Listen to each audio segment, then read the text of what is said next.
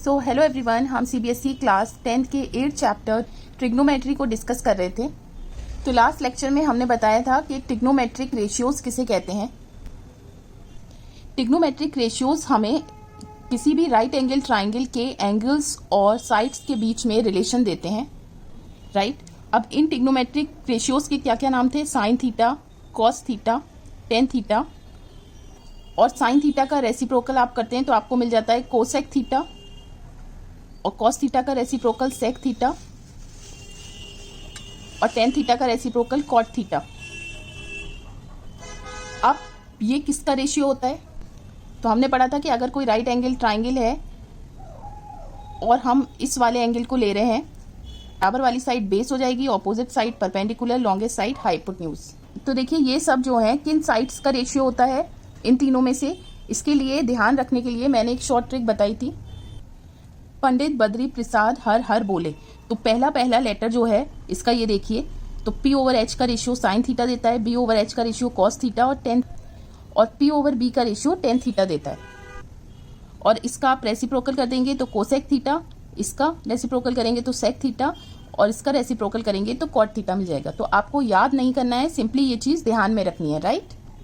एक चीज और यहाँ पर आप ध्यान करिए कि साइन थीटा रेशियो होता है P ओवर H, और कॉस थीटा रेशियो होता है हमारे पास B ओवर H।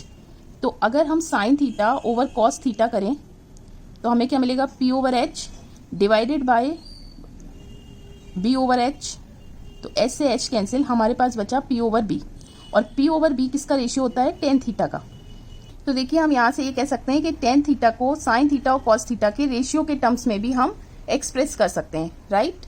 नाउ इस लेक्चर में हम डिस्कस करेंगे कि इन ट्रिग्नोमेट्रिक रेशियोज की वैल्यू कुछ स्पेसिफिक एंगल्स पे क्या क्या होती है, राइट।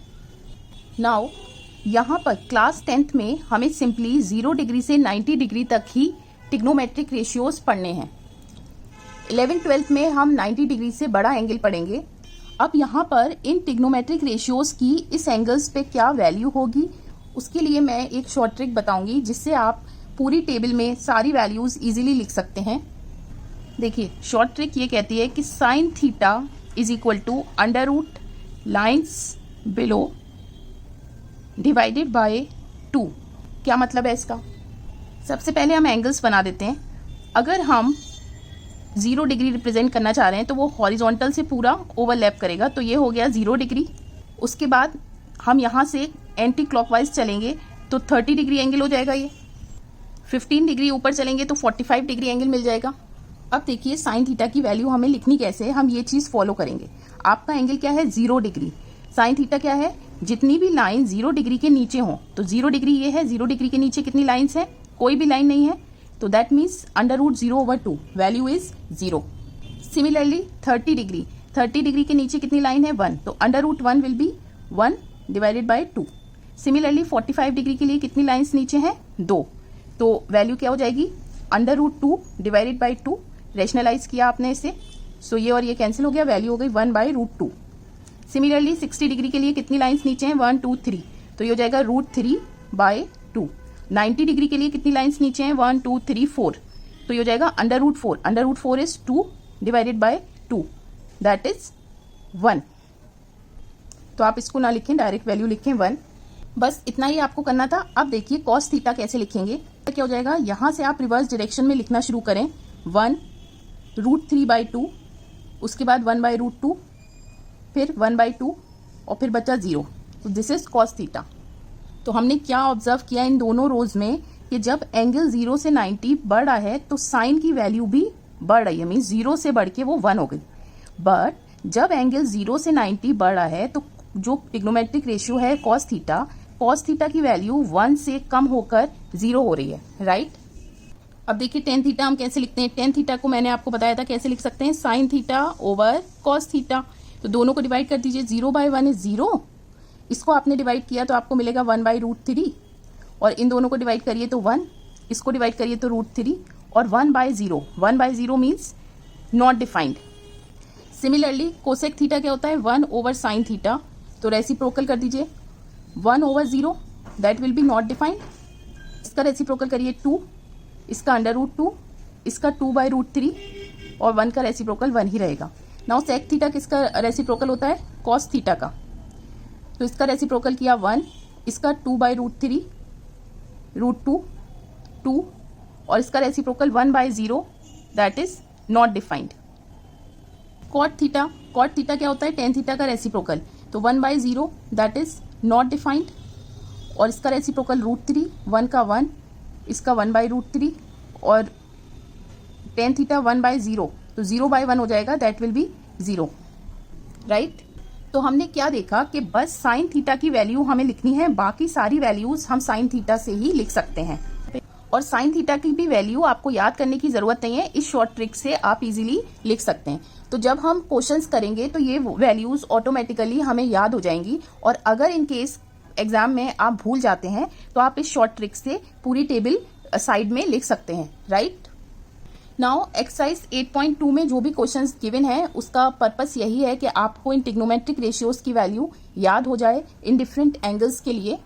तो देखिए इन डिफरेंट एंगल्स पे इनकी वैल्यू हमें याद करना क्यों जरूरी है, क्योंकि जब हम नेक्स्ट चैप्टर पढ़ेंगे एप्लीकेशन ऑफ ट्रिग्नोमेट्री तो हम देखेंगे कि ट्रिग्नोमेट्री को हम रियल लाइफ सिचुएशंस में कैसे यूज करते हैं, तो वहां पर आपको इन एंगल्स की जरूरत पड़ेगी, तो आपको ज्यादा क्लियर होगा, राइट। नाउ डायरेक्टली हम एक्सरसाइज 8.2 करते हैं। सो क्वेश्चन नंबर 1 में सिंपली आपको ट्रिग्नोमेट्रिक रेशियोज की वैल्यू पुट करनी है और सिंप्लीफाई करना है। तो हम सारे पार्ट्स नहीं करेंगे, पार्ट 5th करते हैं। सो cos 60 क्या होता है? हाफ, तो यहाँ पर स्क्वायर है तो हाफ का स्क्वायर कर दीजिए आप, प्लस सेक 30 क्या होता है? 4 टाइम्स 2/√3 स्क्वायर है यहाँ पे। सिमिलरली tan 45 क्या होता है? 1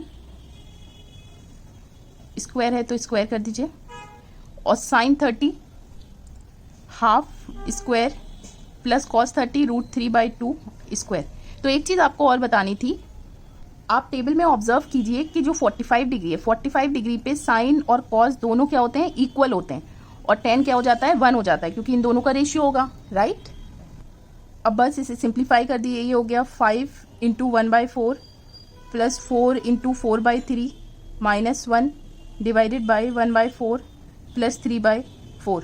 सो this is equal to 5/4 plus 16/3 minus 1। LCM लिया यहाँ पर आपने तो 4/4।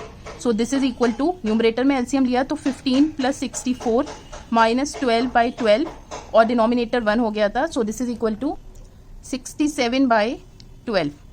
सिंपल। लेकिन क्वेश्चन में पूछा है कि इसकी वैल्यू क्या होगी इन चारों में से।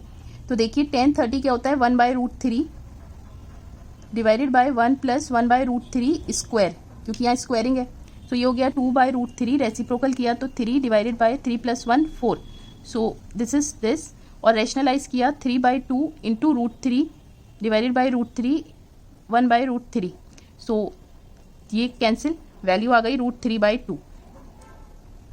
तो देखिए साइन 60 जो है √3/2 होता है। So correct answer is A and it's simple. Now इसका सेकंड पार्ट भी ऐसे ही होगा, मैं थर्ड पार्ट कराती हूँ। यहाँ पर गिवन है कि अगर ये दोनों चीजें इक्वल हैं तो ए की क्या वैल्यू होगी इनमें से। तो हम ऑप्शन से ट्राई करते हैं। सबसे पहले ए को आप 0 डिग्री रखिए, तो ये हो गया साइन 2 × 0 मीन्स साइन 0 डिग्री, तो साइन 0 होता है 0। अब राइट हैंड साइड देखिए 2 × साइन, ए की जगह 0 रखिए, सो ये हो गया 2 × 0 दैट इज ऑल्सो 0। तो left hand side right hand side equal आ रही है at A is equal to 0 degree. Now इसी तरह से फोर्थ पार्ट भी होगा, वो सिंपल है। हम डायरेक्टली क्वेश्चन नंबर 3 करते हैं। अब क्वेश्चन नंबर 3 में आपको गिवन है कि tan of a plus b √3 है और tan of a minus b 1/√3 है। आगे कंडीशन गिवन है कि दोनों एंगल्स का सम जो है वो 0 और 90 डिग्री के बीच में है, ठीक है। मीन्स 0 से बड़ा है और 90 से छोटा भी हो सकता है और 90 के इक्वल भी हो सकता है। यहाँ पे इक्वल साइन लगा है। और एक कंडीशन और गिवन है कि जो एंगल a है वो b से बड़ा है। तो यहाँ देखिए tan of a plus b, तो tan √3 कब होता है? tan 60 डिग्री पे होता है, ठीक है। तो यहाँ पर आप देखिए कि अगर हम किसी एंगल की बात करें और वो 0 और 90 डिग्री के बीच में हो, दूसरा एंगल हो समझ लिए फाई, तो ये भी 0 और 90 डिग्री के बीच में है। तो अगर आपको गिवन है tan theta is equal to tan phi, तो डायरेक्टली आप एंगल्स को इक्वेट कर सकते हैं, theta is equal to phi, ठीक है। Similarly sine theta is equal to sine phi, तो आप एंगल्स को इक्वेट कर सकते हैं, theta is equal to phi. Cos theta is equal to cos phi, तो आप एंगल्स को इक्वेट कर सकते हैं, theta is equal to phi. But ये चीज़ तभी पॉसिबल है जब एंगल आपका 0 से 90 डिग्री के बीच में हो। तो यहाँ पर एंगल जो है वो 0 से 90 डिग्री के बीच ही होगा, जब दोनों का सम जो है 0 से 90 के बीच का है। तो आप डायरेक्टली लिख सकते हैं यहाँ से a plus b is equal to 60 degree, ठीक है, क्योंकि ये कंडीशन गिवन थी, आपको रीजन देने की जरूरत नहीं है। Now tan of a minus b is 1/√3 और 1/√3 क्या होता है, tan 30 डिग्री पे।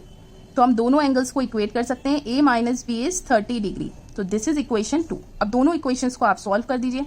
2a इज 90 डिग्री, तो यहाँ से a की वैल्यू आ गई 45 डिग्री। अब किसी भी एक इक्वेशन में आप पुट कर दीजिए, तो b की वैल्यू आ जाएगी 60 माइनस 45 दैट इज 15 डिग्री, ठीक है। और हमें ये भी पता था कि a b से बड़ा है, तो यहाँ पे आप क्रॉस चेक भी कर सकते हैं, सिंपल।